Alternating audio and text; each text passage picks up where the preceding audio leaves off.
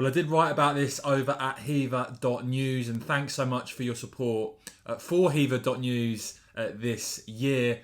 Do go and sign up to my newsletter to get it delivered to your inbox. But I wrote about the media revolution we're seeing. You've got little channels like mine growing nicely on YouTube. And it's no surprise, really, when you've got the increasingly preachy, I think, mainstream media. It's negative, it's downbeat, it's depressing. You can't even watch the World Cup nowadays without a millionaire virtue signalling. It's really quite a pathetic spectacle.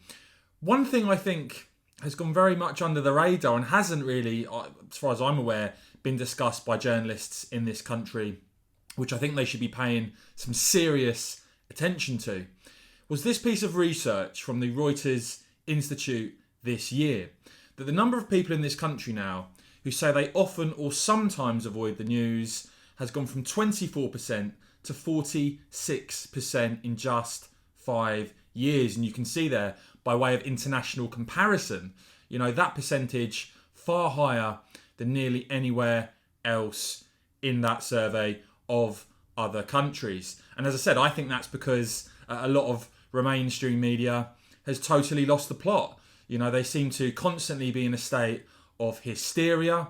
It's gotcha journalism 24/7. And I think people increasingly are just turning to alternatives like my little channel and like GB News, and we'll come to them in a second. Just another example, though, of the BBC losing the plot, and why the Conservative government, that should be a tax-cutting government, haven't just binned off the BBC licence fee already, I do not know. But just the latest example of where the BBC are coming from there, you see 7 million quid spent on rebranding, apparently. Isn't that a great spend of money? As far as I'm concerned, the BBC are getting more and more left-wing and more out of touch, and hence you're seeing support for the licence fee dwindle away very quickly. But that's why it's important to have the counterbalance of the likes of GB News. And you'll notice many of the people who were mocking GB News at launch, as I've repeatedly pointed out, have gone very, very quiet.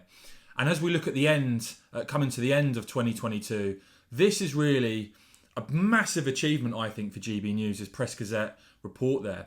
The GB News now beating Sky News for prime time ratings over the past month, and I believe that's the first time they've done it. So for the first time, they've averaged more prime time viewers over the space of a month than Sky News, 57k to 52k. In the period of November 2022 to the 21st of December, you see the GB News beating Sky in prime time viewership. And yeah, Press Gazette reporting that GB News averaging more prime time viewers than Sky in 17 out of the 30 days in that period. So I think that's a remarkable achievement. I thanked you, of course, for helping support my channel and the growth of my channel this year. It's been really tremendous. But I just think this shows why we should be optimistic, I think, about the future of media in this country. Increasingly, as I showed, people are turning off from this preachy, depressing, mainstream media coverage. There are many alternatives out there here on YouTube. The likes of GB News, their growth and success should be celebrated. And I think 2023 is going to be even better. The alternatives to the likes of the dour, downbeat BBC. As ever, I will keep bringing you the very latest, guys. So please do whack this video a quick thumbs up. And of course, as ever, cheers for watching.